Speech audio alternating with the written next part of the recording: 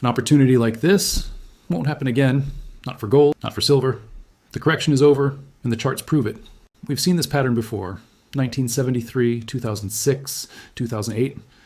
Every single time the outcome was the same, a bottom, then a surge that changed everything. And right now, the data says we're standing at that exact moment again. Welcome back to Currency Arc Insight. This is the channel built for people who want to understand what's actually happening in the global economy, not just what the headlines say about it. Here we use history, hard data, and disciplined analysis to help serious investors get ahead of what's coming next in gold, silver, and the broader financial system.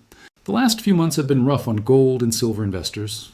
Prices dropped hard from their highs, sentiment turned sour, and a lot of people who bought in during the excitement of the rally started wondering if the whole bull run had quietly ended. But when you actually go back and study the history here, a different story starts to take shape, and it's one that's going to catch a lot of the recently fearful off guard. The bottom is in. Here's how we get there. Look back at the 4 biggest corrections inside gold's secular bull markets over the last 50-odd years. 1973, early in that decade's run.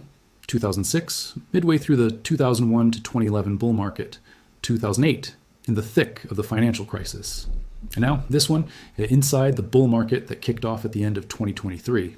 And what's interesting is that these 4 moves all follow a similar script. A sharp, ugly drop right after a major breakout, then a stretch of consolidation, then the uptrend comes roaring back. Put the current correction on the same chart, scaled to match those historical moves, and the resemblance is hard to ignore.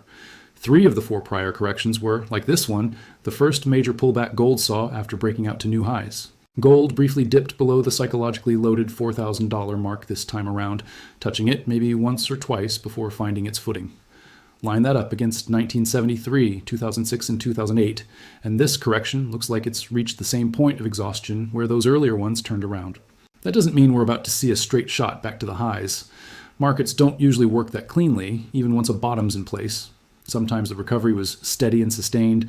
Other times, gold chopped sideways for a while before the next leg started. The point isn't the shape of what comes next. It's that the ingredients we've historically seen at a bottom are now sitting on the table.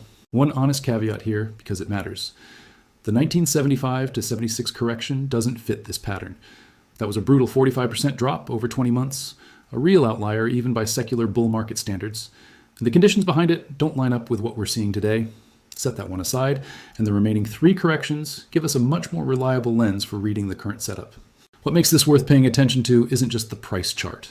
It's how consistent this pattern has been across nearly 50 years of gold market history. Corrections of this size and shape have only happened a handful of times, and every comparable one marked a turning point, not an ending.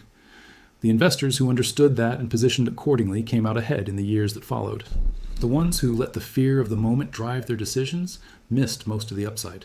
Right now, we're seeing the same fingerprints, a steep decline that lines up with history, a brief break below a key psychological level, and now the early signs of stabilization.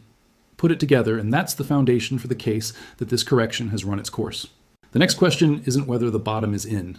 It's what happens from here and how big this move could actually get if history repeats. That's where we go next, starting with the price targets these historical analogs are pointing to. Once you've made the case for a bottom, the obvious next question is, how far could this thing run? If history is any guide, what kind of move should investors actually be preparing for, and over what time frame? To answer that, it helps to look at what happened after each of those prior bottoms and blend the outcomes into one working model. Start by tracking gold's performance coming out of the 1973, 2006, and 2008 lows, all plotted from the same starting point. The differences are striking. The recovery after 1973 was explosive, one of the strongest advances gold has ever put together. The 2008 recovery was almost as powerful, just stretched over a slightly different timeline.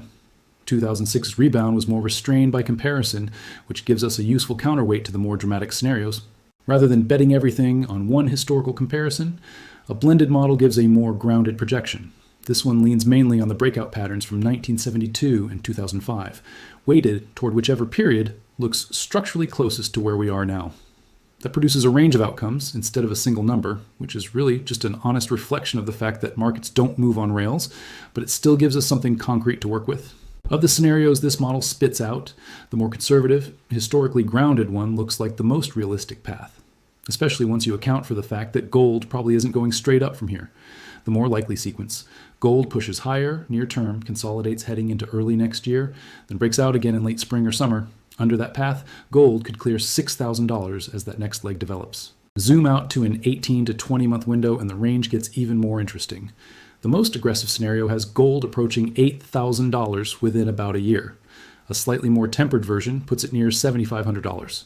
The other two, leaning more heavily on the 2006 and 2008 analogs, land closer to $7,000 by late 2027 or early 2028. None of these numbers are promises.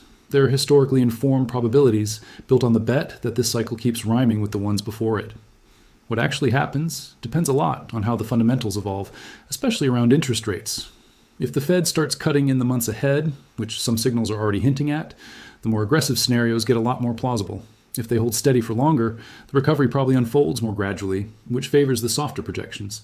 Silver's history tells a similar story, just with different numbers. After the 1974 low, it rallied about 32%.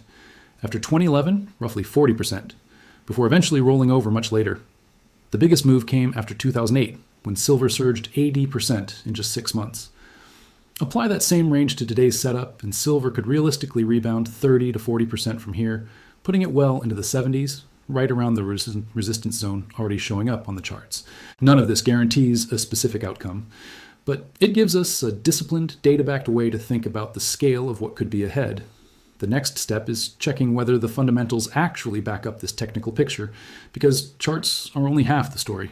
It's the combination of price history, fundamentals, and market psychology that really confirms whether a turn of this size is genuinely underway. Technical patterns and historical price behavior can tell you a lot about where a market has been and give you a probability-weighted sense of where it might go. But they don't explain the why. To round out the picture, we need to look at what's actually driving gold and silver underneath the surface, because it's the alignment between the charts and the fundamentals that gives a bottom real weight. Of all the fundamental indicators available, one has proven more reliable than almost anything else: the real 10-year yield. Gold has consistently moved inversely to it. When real yields fall, gold tends to rise. When they climb, gold usually struggles. It makes sense when you think about it. Gold doesn't pay a yield, so when the inflation-adjusted return on safe government debt gets less attractive, the cost of holding gold instead goes down, and money tends to flow back in. But there's a related indicator that's actually been even more precise in recent years. The yield curve, specifically the gap between the 2-year and 10-year Treasury yields. When that curve steepens, gold has tended to do well. When it flattens or compresses, gold usually runs into headwinds. Understanding why matters a lot for reading what's happening right now. A steepening curve usually comes from one of two places, or some mix of both. Either inflation expectations are climbing, so investors want more compensation for holding longer-dated debt, or the 2-year yield is falling faster than the 10-year because the market is starting to price in rate cuts. That second scenario reflects rising economic pessimism, investors positioning for a slowdown that eventually forces the Fed's hand. Right now, there's a reasonable case that both forces are in play. Inflation hasn't fully left the conversation, and at the same time, signs of a softening economy are raising the odds that policymakers will need to ease up eventually. That combination has historically been good for gold, and the recent stabilization and mild steepening in the yield curve gives real fundamental backing to the technical bottom we've been discussing. Probably the single most important thing to watch from here is the 2-year Treasury yield itself. Historically, when that yield peaks and starts rolling over, it is lined up with major lows in gold. The logic's pretty simple. A peaking, declining 2-year yield tells you the market is getting more confident that rate cuts are coming. As that shift plays out, gold has typically found fresh strength, since the cost of holding a non-yielding asset just got a little cheaper.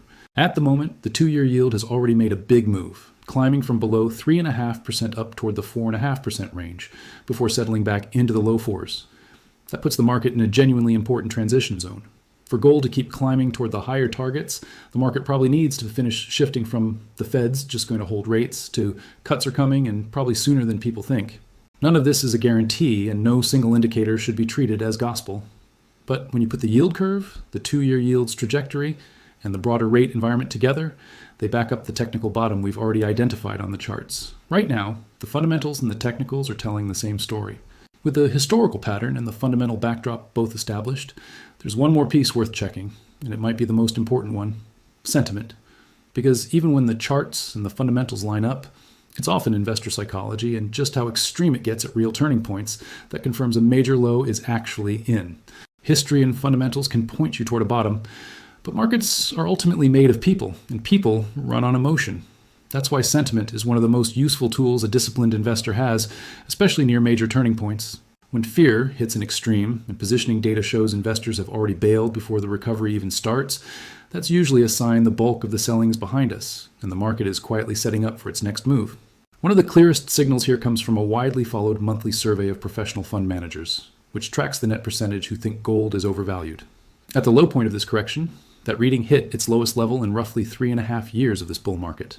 And it wasn't just low, it was the second lowest reading on record, beaten only by the pessimism seen in October 2008, right in the depths of the financial crisis. When professional money managers collectively get that skeptical of gold, that's historically marked peak pessimism, not a reason to stay cautious. A separate sentiment data set, one that tracks extreme positioning across a range of indicators, showed similarly stretched readings back in early to mid-summer.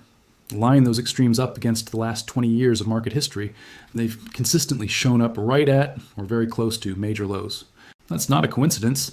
Extreme sentiment readings usually mean the market has already priced in the worst case, which leaves less room for further downside surprises and a lot more room for sentiment to swing the other way.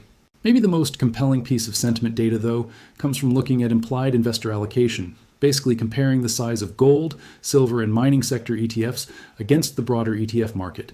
This shows just how underinvested the average market participant still is in precious metals, even after the strong gains of the past few years. Silver's trading well above $50, gold's hit new highs earlier in this run, and yet the implied allocation to gold ETFs relative to the entire ETF universe is barely above 1%.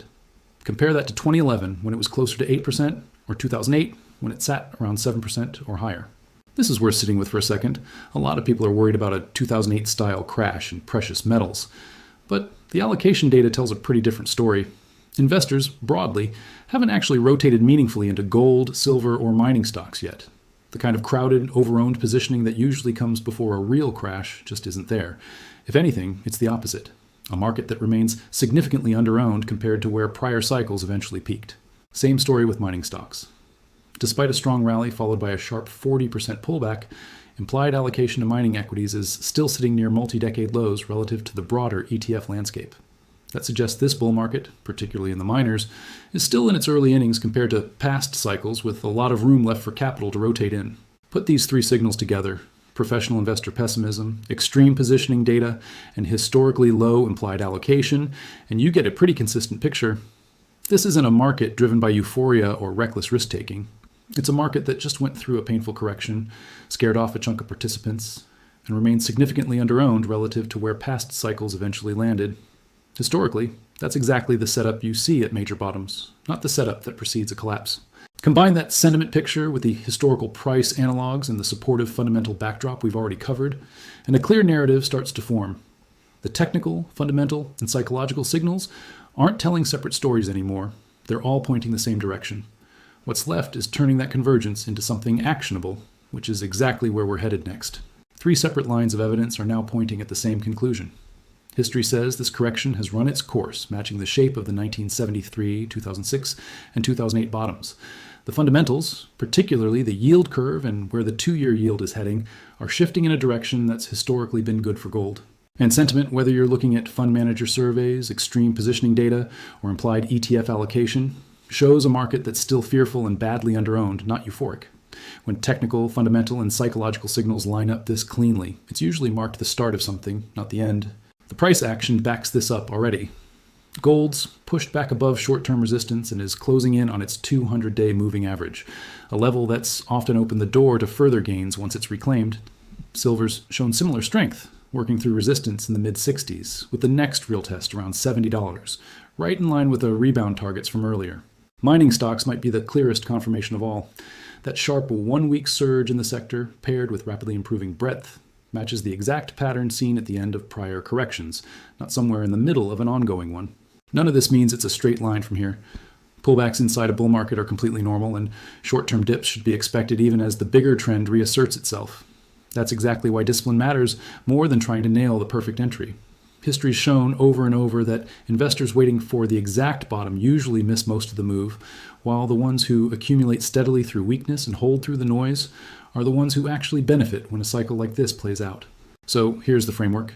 Use ongoing weakness as a chance to build, not a reason to panic. Don't try to trade in and out of a secular bull market chasing short-term swings. That approach has historically cost more than it's earned. Keep an eye on the fundamentals, especially real yields and the yield curve as they continue to shift. And remember what the sentiment data is telling you. The broader investing public hasn't really shown up for this cycle yet, which leaves a lot of room for capital to come flowing back in as confidence returns. Moments where history, fundamentals, and sentiment all point the same way don't come around often. In 50 years, we've only seen a handful of them, and every single time, they mark the early stage of a much bigger move, not the tail end of one. Right now, the evidence says we're in one of those moments, and an opportunity like this one isn't likely to come around again for a very long time.